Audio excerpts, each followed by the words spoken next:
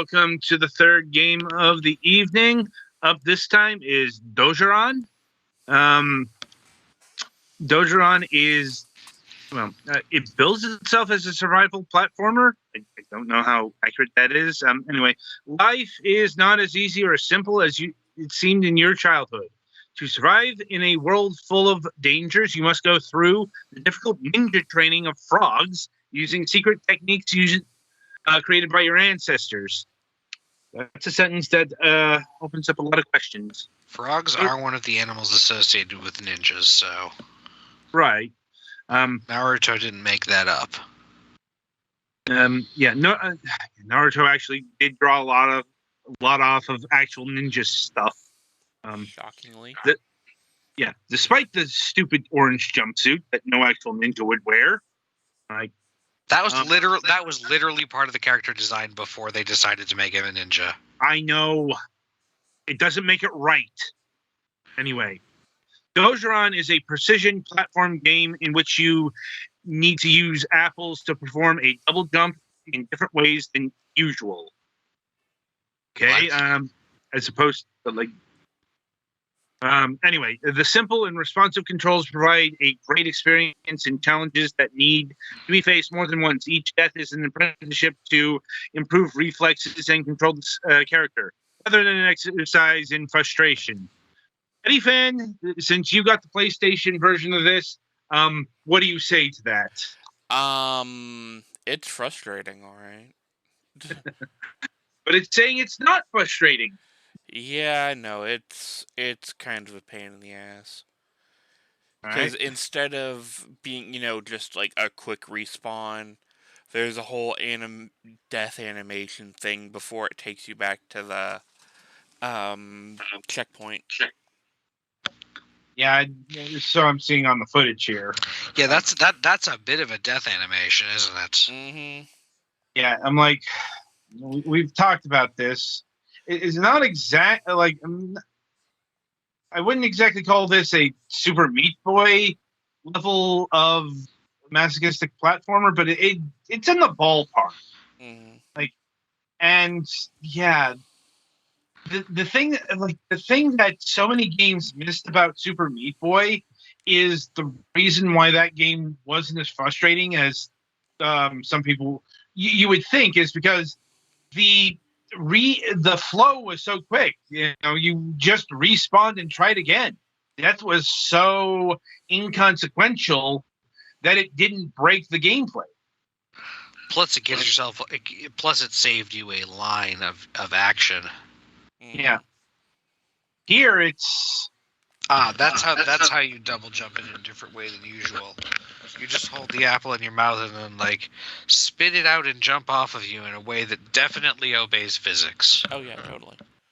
Yeah, because double jumping is a thing that happens in real life. Oh, you don't? I haven't unlocked the mysteries of that prediction yet. I think it's Parkour 305. No, it's right by the respawning after hitting spikes power up. Damn it! But yeah. I mean, game overall seems a bit on the slow side. Mm-hmm, very much so. I was it's expecting at least something like N+. It wasn't, Super Monkey Ball. Or not Super Monkey Ball, Super Meat Boy. Yeah. I guess the art is cute, at least. The art reminds me of all things Downwell. But that's a much different game than this. It's kind of going for that 8-bit computer look. Mm-hmm. This looks like the kind of thing that you would have played on the ZX Spectrum. Well, not exactly. Once again, the ZX Spectrum wasn't exactly something that could provide something this smooth, especially in the scrolling. But it's definitely doing the, hey, you guess what? Well, guess how many colors we have? It's a number between 0 and 1. It's another one of, we've seen a couple of other Radalaikia fact projects look like black and white affairs. like 0000 combined. Though another thing I'm noticing here is like the actual animation is better than I would have expected. Mm-hmm. Yeah. Like that frog dying, that's got a lot of frames on it. Too many frames, but that's just my personal opinion.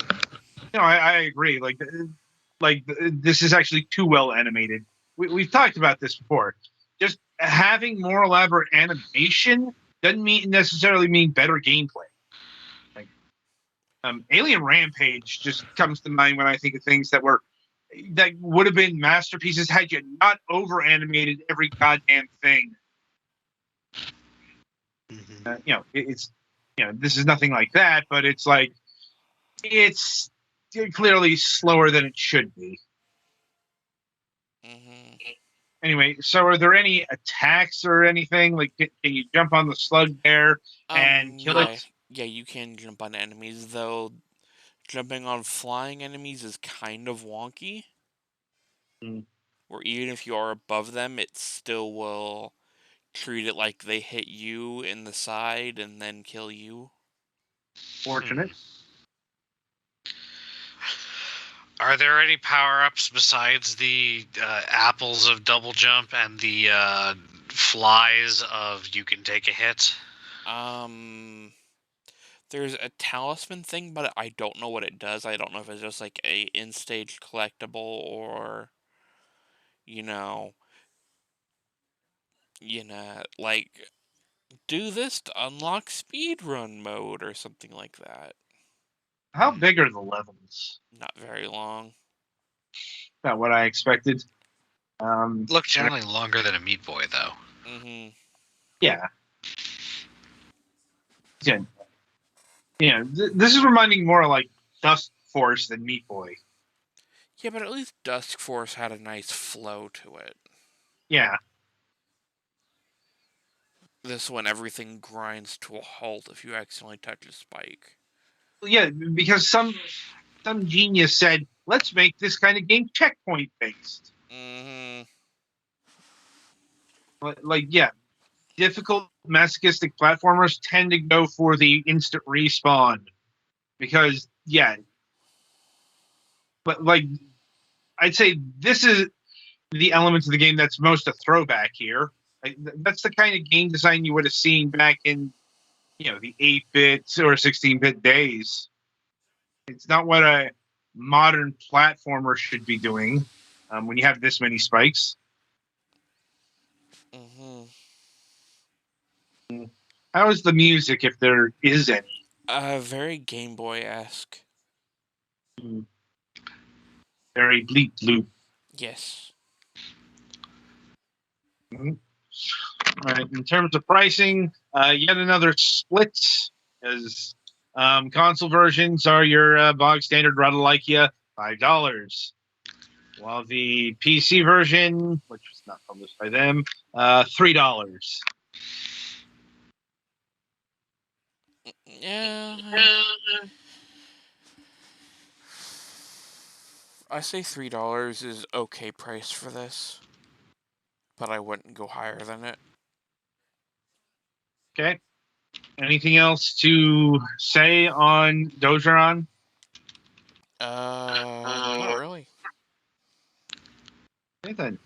So that'll about do it for this game. Be sure to tune in after the break as we'll be reviewing Floofy's Adventures.